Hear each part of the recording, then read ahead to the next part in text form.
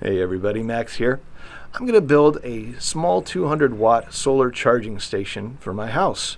I've never done anything solar, so this is my first time, and I'm just going to share with you guys my thought process, why I've decided to build it, and then share how I'm going to build it, and we'll make videos on all that stuff. So hopefully it'll be something fun that we can all learn together. We moved here 7 months ago to a rural area, and we've lost power 5 times since then. And every time we lose power, we lose water because we're on a well. So you can't get water out of the faucet, you can't flush the toilet, no shower, no washing hands. How are you going to drink, right? So you have to have power in a rural area in order for your water in your well to work. So it's a lot more important out here that we have a backup power solution. And water is only one piece of that, right? So the first thing I did was plan on putting in a generator switch, which I just did. And I know this isn't solar, I'm just kind of giving you my thought process. Backup plan 1, if we lose power from the city, is I have got a generator which I bought, which sits here. It's a 12,000 watt dual fuel generator, so it'll run on both gasoline and propane. And I just plug that into the switch right there, turn it on, throw the switch, and then the house is on that. Now that'll last a few days, depending on how much gas or propane that I have stored up.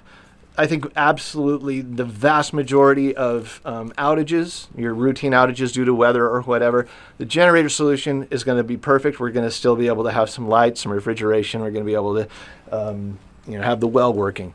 But what if, like what we saw in Texas, there is a larger natural disaster where people are without power for weeks, right? Or even longer. Or let's say I lose a job. You know, in the Great Recession of 2008 and 9, I lost my job for over a year. And here in our house, I'm the sole income provider. So when I lose my job, the money stops coming in and I can't pay the bills. Now, I have a little bit of money in savings, but if I lose my job for a year or two, or say things keep going the way they are with our economy now, and we go into a Great Depression again, and I'm out of work for years, I'm not going to be able to pay the power bill. And what are we going to do, right? And I'm not going to be able to have that much gas and propane. So I was thinking I need a fallback to the fallback plan, or the fallback plan for number 1 is the generator. But fallback, worst case scenario, I need some way of still charging batteries for light, some way of still having to be able to communicate with the outside world. So charging cell phones, charging ham radios, and just other things that, maybe you're going to need a small mini fridge that's running off of solar. So that's where the solar little 200 watt charging station comes in mind. That is going to be the second failover plan, worst case scenario. So obviously it's a remote chance that this is going to happen, but I'm old enough to have lived through a few of those remote chances happening to me. I'm old enough to know it's only a matter of when and not if something like that happens again, and I do want to be ready. So here we go.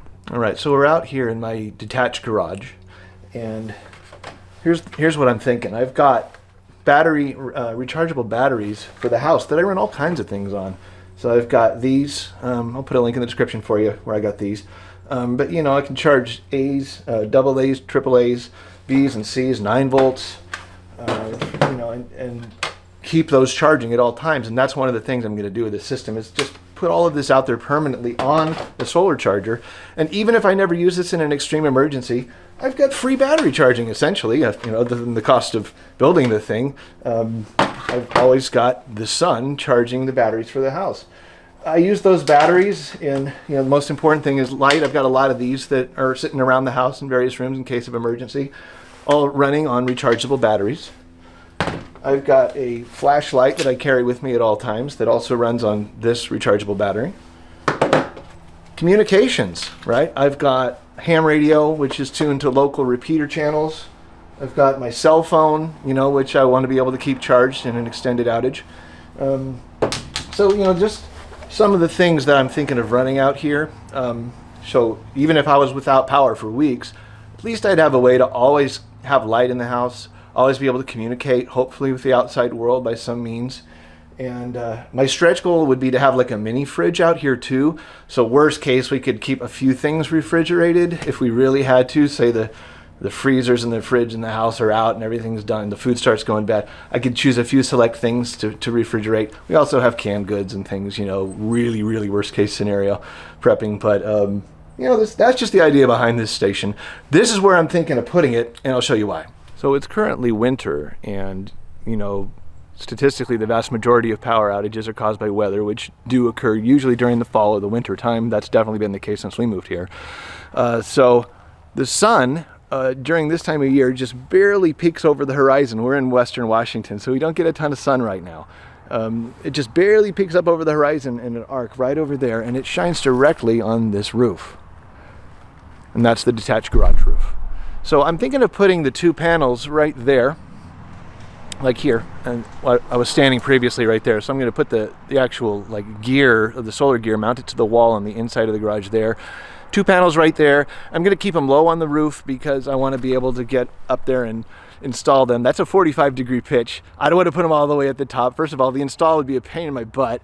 And second of all, if they get covered in snow and I need to brush it off, I don't want to have to bust out a really tall ladder and do that all in the snow. So a little bit lower on the roof is going to be better. So that's my initial plan for the installation location. And so I've got to figure out how to do all this stuff. So let me walk you through the basic diagram of what I'm thinking in terms of actually gear and how to wire it all together. All right, so here is the diagram. I created this with diagrams.net. So if you ever needed to create something like this yourself, diagrams.net is a great free tool. Really easy, just an online web interface, drag and drop, so it's super easy. So I found it very useful. So here's the 2 solar panels, and these are the ones that I bought. And they're 100 watts each, 12 volts. And I'm going to connect them in parallel. And the reason I'm going to connect them in parallel is I want to keep them at 12 volts.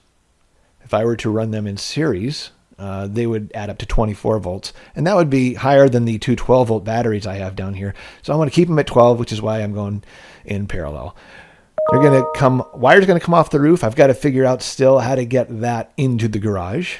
So that'll be fun. Haven't figured it out yet. But once we get into the garage, up on the wall, there's going to be this combiner box with a breaker. And this breaker will give me the ability to shut off the power from those coming in from those panels so that, I can do work down here if I ever need to, change things, wire things, just basically reduce the chance of me getting zapped by the power coming in off the solar panels. So good to have a combiner box just to be able to shut that power on and off as needed. Straight from the combiner box is going to go into the solar charger controller. Here's the one I bought. It's a 60 amp. Now, with my 200 watt panels at 12 volts, I'm only going to be bringing in, a max of 16.6 amps, according to the math. But if I ever wanted to add more panels, it would go up. So that's why I bought a 60 amp, just to have some overhead. So this is the brains of the operation, the charge controller here. Now, shooting straight off of the charger controller, there's 2 different paths. And here's the first one.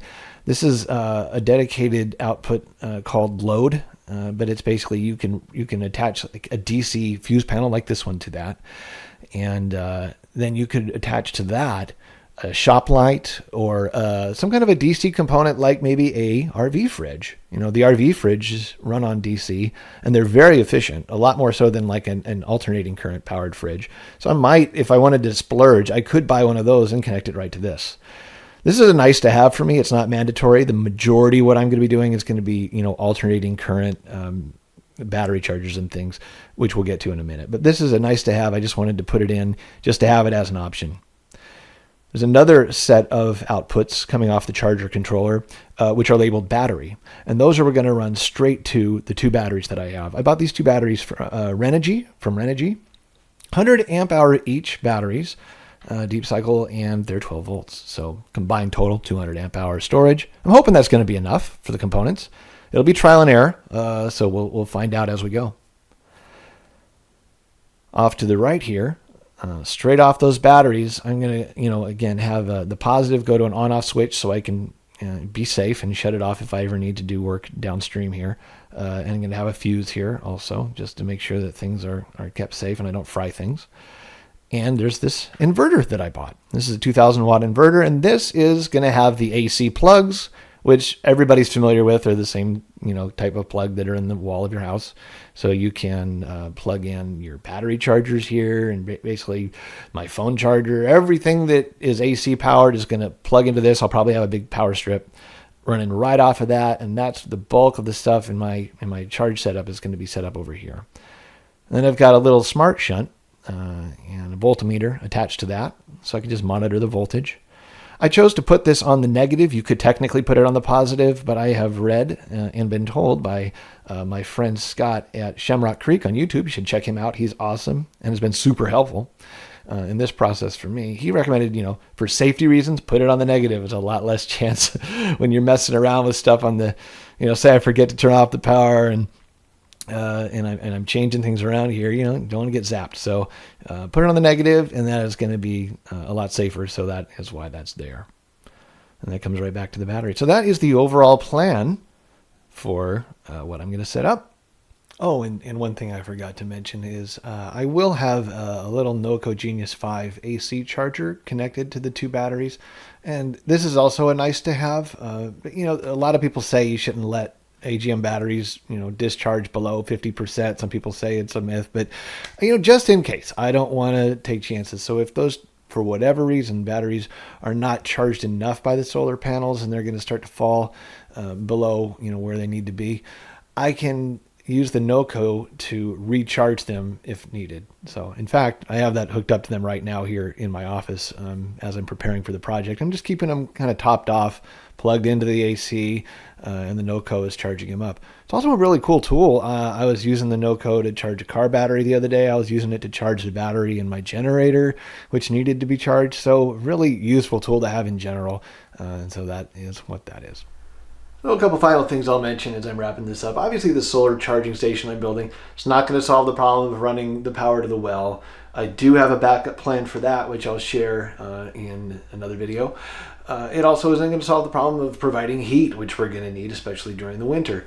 The nice thing is we do have a wood-burning stove here in the home, which we can use, provided there's ample supply of wood. We can always heat the house with that in the event of an outage. And in fact, I wouldn't run our existing house heater on the generator anyway. I would immediately switch over to using wood to heat the house if necessary. So, it's not an all-in-one solution, but it is a good failover plan to have that's going to give me some of the fundamentals that I need, to weather a long-term disaster, whatever that is, whether it's a weather disaster, man-made disaster, whether it's an economic disaster.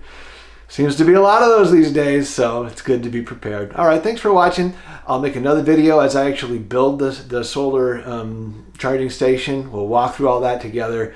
Just wanted to give you the plan in this one and my thought process. So thanks again for watching, everybody.